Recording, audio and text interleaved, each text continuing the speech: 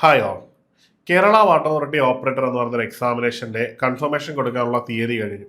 അതോടുകൂടി തന്നെ ഈ ഒരു എക്സാമിനേഷന്റെ മത്സരത്തിന്റെ കോമ്പറ്റീഷൻ ലെവൽ എന്താകുമെന്ന് നമുക്ക് അസസ് ചെയ്യുവാൻ ഇപ്പോൾ നമുക്ക് പറ്റുന്ന ഒരു സമയമാണ്. ഞാൻ നേരത്തെ ഒരു വീഡിയോ ചെയ്തിരുന്നു ഇതിന്റെ മത്സരത്തിന്റെ ലെവൽ എന്താണെന്ന് ചോദിച്ചുകൊണ്ട്. അത് അന്ന് നമ്മൾ കൃത്യമായിട്ട് കണ്ട കാഴ്ചയുണ്ട്. ഇതിനു മുമ്പ് 2020 ഈ നോട്ടിഫിക്കേഷൻ വന്നപ്പോൾ അന്ന് അപേക്ഷിച്ചിരുന്ന ഉദ്യോഗാർത്ഥികളുടെ എണ്ണം ഏതാണ്ട് 30,000-ൽ കൂടുതലാണ്. ഏതാണ്ട് 33,000-ഓളം ഉദ്യോഗാർത്ഥികൾ അപ്ലൈ ചെയ്തിരുന്നു. എന്നാൽ ഇക്കുറി അപേക്ഷ ഉദ്യോഗാർത്ഥികളുടെ എണ്ണം പോലും 20,000-ൽ താഴെയായിട്ട് മാറി എന്നുള്ളത് ഏറെ ശ്രദ്ധേയമായ ഒരു കാര്യമാണ്.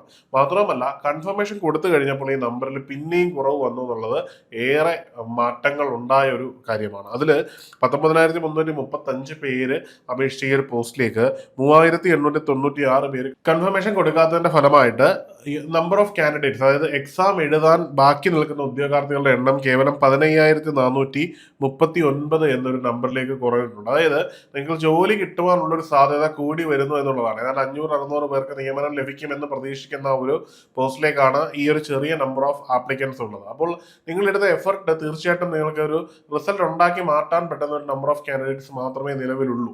അപ്പോൾ അത് നിങ്ങൾ കൃത്യമായിട്ട് യൂട്ടിലൈസ് ചെയ്താൽ ഈ എക്സാമിനേഷൻ റിസൾട്ട് തന്നെ നിങ്ങൾക്ക് എന്ത് ചെയ്യാം, ഒരു സർക്കാർ ജോലി സ്വന്തമാക്കാം എന്നുള്ളതാണ്. അപ്പോൾ മറ്റ് ജോലികളെ അപേക്ഷിച്ച് ഇതിന്റെ ഒരു സാധ്യത എന്ന് പറഞ്ഞാൽ പ്ലേസ്മെന്റ് സ്കോപ്പ് ഗവൺമെന്റ് സർവീസിൽ കൂടുതലാണ്. ബാക്കിയൊക്കെ ഒരു 100-ൽ താഴെയൊക്കെ നിയമനങ്ങൾ നടക്കുമ്പോൾ ഇത് 500-ന് മുകളിലേക്ക് നിയമനങ്ങൾ പോകും എന്നുള്ളതാണ്. പക്ഷേ നമ്മൾ ആ ഒരു സെറ്റിലൊന്നും നിൽക്കരുത്. മറിച്ച് നമുക്കൊരു ആദ്യത്തെ 100-നകത്ത് തന്നെ വന്നാൽ നമുക്ക് ആദ്യത്തെ അഡ്വൈസുകളിൽ തന്നെ കയറി പോകാം എന്നൊരു അഡ്വാൻറ്റേജ് കൂടി ഇതിനകത്തുണ്ട്. അപ്പോൾ ആ ഒരു ഫോക്കസിൽ തന്നെ നിങ്ങൾ ഒരു എക്സാമിനേഷൻ അപ്രോച്ച് ചെയ്യുക. അപ്പോൾ നമുക്ക് മനസ്സിലായിട്ടുണ്ട് കോമ്പറ്റീഷൻ ലെവൽ കഴിഞ്ഞ വർഷത്തെ അപേക്ഷിച്ച് വളരെ മൈൽഡ് ആയിരിക്കും. നമ്മൾ നന്നായിട്ട് എഫേർട്ട് ഇട്ടാൽ തീർച്ചയായിട്ടും ഇവിടെ ക്രാക്ക് ചെയ്യാൻ കഴിയുന്ന ഒരു എക്സാമിനേഷൻ ആണ് എന്ന് മനസ്സിലായിട്ടുണ്ട്.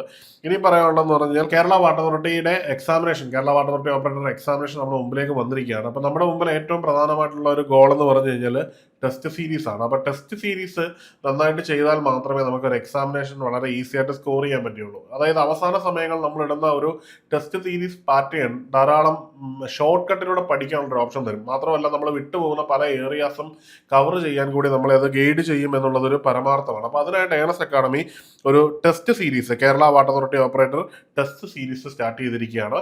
അത് പർച്ചേസ് ചെയ്യാൻ താഴെ ഒരു ലിങ്ക് ഉണ്ട്, അതുവഴി നിങ്ങൾക്ക് നേരിട്ട് പർച്ചേസ് ചെയ്യാവുന്നതാണ്. അതുപോലെ തന്നെ ഏണസ്റ്റ് അക്കാഡമിയിൽ 75 ഡേയ്സിന്റെ അവസാന ലാപ്പിലേക്ക് കടക്കുന്ന ഒരു കോഴ്സ് മാരത്തോണായിട്ട് നടന്നുകൊണ്ടിരിക്കുകയാണ്. ഇപ്പോൾ അതിൽ ജോയിൻ ചെയ്താലും നിങ്ങൾക്ക് കൃത്യമായിട്ട് അതിൽ നിങ്ങളുടെ പഠനം ഓൺ ദ വേയിൽ എത്തിച്ച് നിങ്ങൾക്ക് സക്സസ് എത്തിക്കാൻ പറ്റും. അപ്പോൾ സ്വാഭാവികമായിട്ടും വൈകിപ്പോയി എന്ന് കരുതി ആരും ജോയിൻ ചെയ്യാതിരിക്കരുത്. ഇപ്പോൾ തന്നെ കോഴ്സിന് ജോയിൻ ചെയ്ത് നന്നായിട്ട് തന്നെ പഠിച്ച് നല്ലൊരു റാങ്കിൽ തന്നെ പ്ലേസ് ചെയ്യുക. നമുക്കറിയാം 500-600 പേർക്ക് നിയമനം നടക്കുന്നതാണ്.